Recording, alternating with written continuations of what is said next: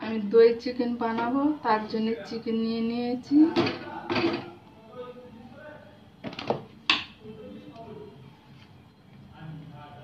এর মধ্যে লবণটা দিয়ে দেবো, পরিমাণ মতন আপনারা দেবেন।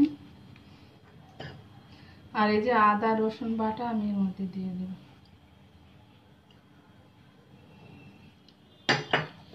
দিয়ে আমি মিক্সড করে 15-20 মিনিট মতন রেখে দেবো। আমি গ্যাসটা ধরিয়ে কড়াটা বসিয়ে দিয়েছি, দিয়ে সাদা তেল দিয়ে দিচ্ছি।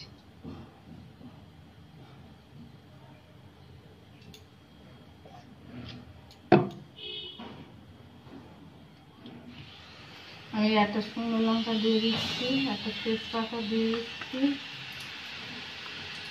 আর এই যে দারচিনি লবঙ্গ এলাচ দিয়ে দিচ্ছি।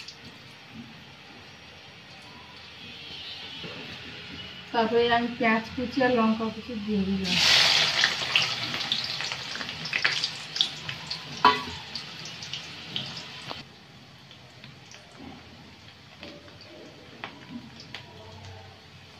আমি সামান্য লবণ দিয়ে দিচ্ছি, কেন আমার ওই চিকেনেতে লবণ অনেকটা মেশানো আছে, ওই জন্য আমি অল্প করে আমি সামান্য দিয়ে দিচ্ছি লবণ।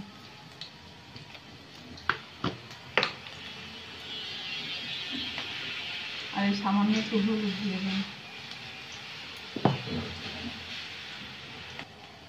আমি এবার চিকেনটা দিয়ে দেব।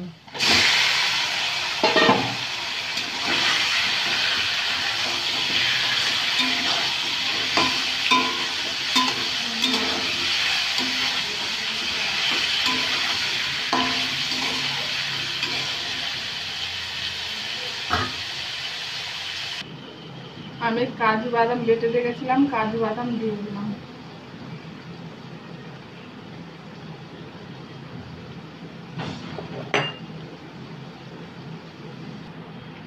আর এই টক দই আমি 4 চামচের 2 চামচ নেব।